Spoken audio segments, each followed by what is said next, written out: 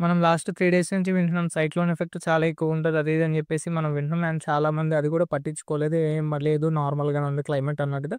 Last 2 days అనుకున్నారు. But last 2 days effect అయితే ఏం లేదు. బట్ కొన్ని చోట్ల లైట్‌గా వర్షాలు పడ్డాయి అంతే తప్ప ఏమీ లేదు. బట్ నిన్న ఈవినింగ్ నుంచి చాలా ప్లేసెస్‌లో వర్షాలు పడ్డాయి. అండ్ ఈరోజు మార్నింగ్ నుంచి అయితే ఓవరాల్‌గా వైజాగ్, కాకినాడ, యానం ఈ నియర్ ఏరియాస్ అన్నీ అండ్ అమలాపురం ఇవన్నీ గూడా చాలా ఎఫెక్టివ్‌గా ఉన్నాయి. ఇప్పుడు వర్షాలు పడడం, గాలులు వేయడం అంటే అంత స్పీడ్ అరౌండ్ వీళ్ళు చెప్పిన 100, 120 స్పీడ్ అయితే ఇంకా ప్రెజెంట్ రాలేదు. ఇంకా అరౌండ్ 150-200 కేఎం దూరంలో ఉందన్నమాట. సైక్లోన్ ఏదైతే మొత్తం సైక్లోన్ ఉందో అది.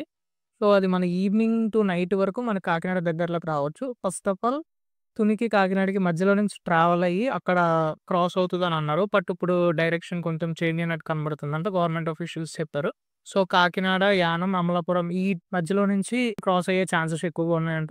సో, ఆ ఏరియాస్ అన్నీ అలర్ట్‌గా ఉండండి. అండ్ ప్రెజెంట్ చాలా చోట్ల హెవీగానే వర్షాలు పడుతున్నాయి. అండ్ మన గవర్నమెంట్ కూడా ఎక్కడికక్కడికి చాలా కేర్ తీసుకుంటుంది. ఏదైనా ఇష్యూస్ రాంగానే first of all helpline నంబర్స్‌కి కాల్ చేయండి. పానిక్ అవ్వద్దు. ఏం టెన్షన్ పడాల్సిన అవసరం ఏం లేదు.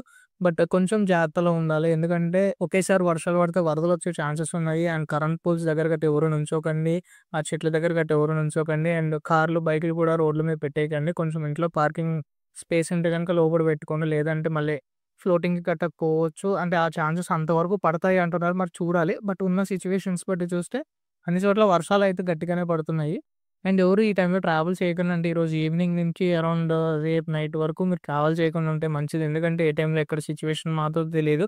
అది డైరెక్షన్ ఏమైనా చేంజ్ చేసుకున్నా చెప్పలేం గదా! సో, అదొకటి కొంచెం అవేర్‌నెస్ తీసుకొని ఉండండి. ఎన్ని సిల్లీగా కాదు ఏది జరుగుతదిలే చూద్దాంలే అన్నట్టు ఎవరు లైట్ తీసుకోకండి. నేచర్‌తో ఎవరు పెట్టుకోవద్దు. అది మెయిన్ థింగ్ ఏంటంటే సో, అండ్ ఇప్పుడు ఇప్పటికే చాలా డ్యామేజ్ జరిగినాయి. కాకినాడ, వైజాగ్ ఈ ఏరియాస్‌లోని బీచ్ దగ్గరలో ఉన్న ఏదైతే ప్లేసెస్ ఉన్నాయో కొంచెం డ్యామేజ్ అయితే జరిగినాయి ఆల్మోస్ట్. అండ్ గవర్నమెంట్ కూడా అట్లా కేర్ తీసుకుంటున్నారు. బట్ మనం కూడా జాగ్రత్తగా ఉండాలి. వాళ్ళేమన్నా తీసుకుంటున్నారులే, వాళ్ళే చూసుకుంటారు. మనకు సంబంధం లేదు. మనకేముందని మనం అనుకోవద్దు. ఇంకోటేంటంటే ఈ వర్షాలు ఒకేసారి పడడం వల్ల డ్రైనేజెస్ అన్నీ ఓవర్‌ఫ్లో అవుతాయి. సో, ఎక్కడికక్కడ వాటర్ స్టాగ్నేట్ అయిపోద్ది. ట్రావెల్ చేసినప్పుడు గట్టా ఒకవేళ గుంతల్లో గానీ, కాలువల్లో గానీ పడిపోయే ఛాన్స్ ఉంది. సో, అది చూసుకోండి. అండ్ రివర్స్ క్రాస్ చేసేటప్పుడు గానీ, పెద్ద కాలువలు క్రాస్ చేసేటప్పుడు గానీ, వాటర్ ఫ్లో అవుతున్నా మన వెహికల్ ఎళ్ళిపోతది. ప్రాబ్లమ్ లేదులే అని గట్టా మీరు డెసిషన్ తీసుకొని వెళ్ళకండి. ఏదైనా రిస్క్ అయితే వెహికల్ పోతది, మీరు పోతారు. సో, అది చూసుకొని ఏదన్నా చేయండి చేసేటప్పుడు. అండ్ మెయిన్ పానిక్ ఏమి అవ్వకండి. సేఫ్‌గా ఇంట్లో ఉండండి. ఫుడ్ తెచ్చుకోండి. ఒక 2 డేస్‌కి సరిపడా ఫుడ్ అన్ని అరేంజ్ చేసి పెట్టుకోండి. అండ్ పవర్ పోయినా పవర్ బ్యాంక్స్ అండ్ మొబైల్స్ ఫుల్‌గా చార్జ్ చేసి పెట్టుకోండి. ఏదన్నా ఇన్సిడెంట్ జరిగిన వెంటనే మీరు హెల్ప్ లైన్ నంబర్స్ చాలా ఇచ్చారు. అఫీషియల్‌గా ఇచ్చారు గవర్నమెంట్ వాళ్ళు.